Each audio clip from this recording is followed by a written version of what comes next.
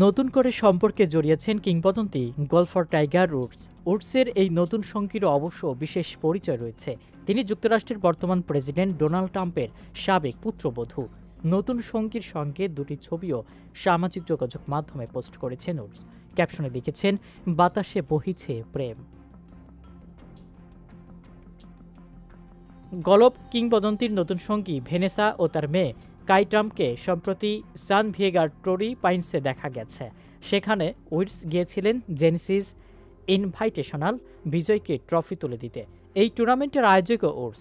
ভেনেসার মেয়ে কাই বর্তমানে উডসের দুই সন্তান সেম এবং চার্লির সঙ্গে বেঞ্জামিন স্কুলে ক্লাস করতে যায়। কাই এবং চার্লিং এ সপ্তাহে একটি জুনিয়র গলফ টুর্নামেন্টে প্রতিদ্বন্দ্বিতা করছে। ব্যক্তিগত এক্স অ্যাকাউন্টে নতুন প্রেমের ঘোষণা দিতে গিয়ে দুটি ছবি পোস্ট করেন উডস। একটি ছবিতে পাশাপাশি দাঁড়িয়ে থাকতে দেখা যায় উডস এবং ভেনেসাকে, আর অন্যটিতে একে অন্যকে জড়িয়ে ধরে শুয়ে থাকতে দেখা যায় তাদের। এই ছবির ক্যাপশন উডস লিখেছেন, বাতাসে বহিছে প্রেম এবং আমার পাশে তোমার থাকা জীবনটাকে আরো একটু ভালো করে তুলবে। আমরা একসঙ্গে নিজেদের জীবনকে এগিয়ে নিতে চাই। এই সময় যারা আমাদের হৃদয়ের নিকটবর্তী, আমাদের গোপনীয়তা রক্ষার কথা বলবো তাদের।